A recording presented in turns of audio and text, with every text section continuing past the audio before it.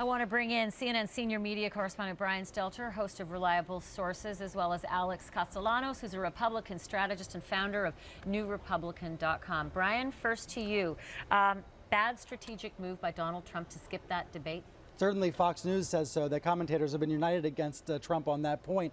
I spoke to a senior Rubio aide just now who says they believe Trump not being on that stage last week did help Rubio, gave him more talk time, for example, to make a closing argument. The conventional wisdom after the debate was that Trump had won by not being there. And we were all citing data from Twitter and Facebook showing Trump was the most talked about candidate. Well, being talked about is not always a good thing. There's news and then there's good news. That might have been bad news for Trump. Certainly, a lot of the talk was negative, and some people were motivated to vote against Trump. Some people, I think, we see the high turnout numbers on the GOP side. They were going to the caucuses particularly to vote against Trump. But I do think there's been an overreaction, an overcorrection in some of the coverage today. I'm hearing a lot of anti-Trump coverage, even though we know he's the favorite to win in New Hampshire and in other states. You know, since you just said that, let's just go ahead and put those New Hampshire, I think we have the poll of polls numbers. Yeah, they're striking. Unbelievable. Let's all remember this, folks. If you're basking in the glory of Donald Trump losing by 4 points last and some night, people are. We got Trump at 31% and Cruz at 13%. That's now, we'll for see New how much Hampshire. that can change in the next few days. We'll see how much Rubio and Cruz can take advantage of this. But I just looked at the early ratings for last night's coverage, actually. These were the highest rated caucuses in many years, probably ever. Why?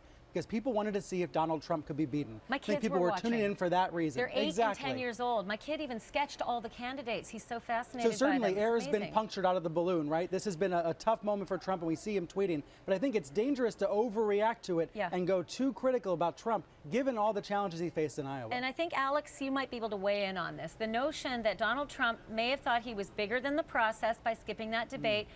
He may be chastened by what's happened last night, but I wonder if it's the machine. Did Donald Trump think that he was bigger than the machine, that his celebrity, that his prowess, his momentum was bigger than the machine? Because Cruz had that machine fine-tuned.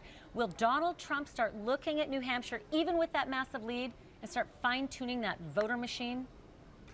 I'm not sure Donald Trump has that great a voter machine. I think you've hit on the big difference. Ted Cruz is a product that fewer people like, looking at the surveys, but he had a better sales force, ground game.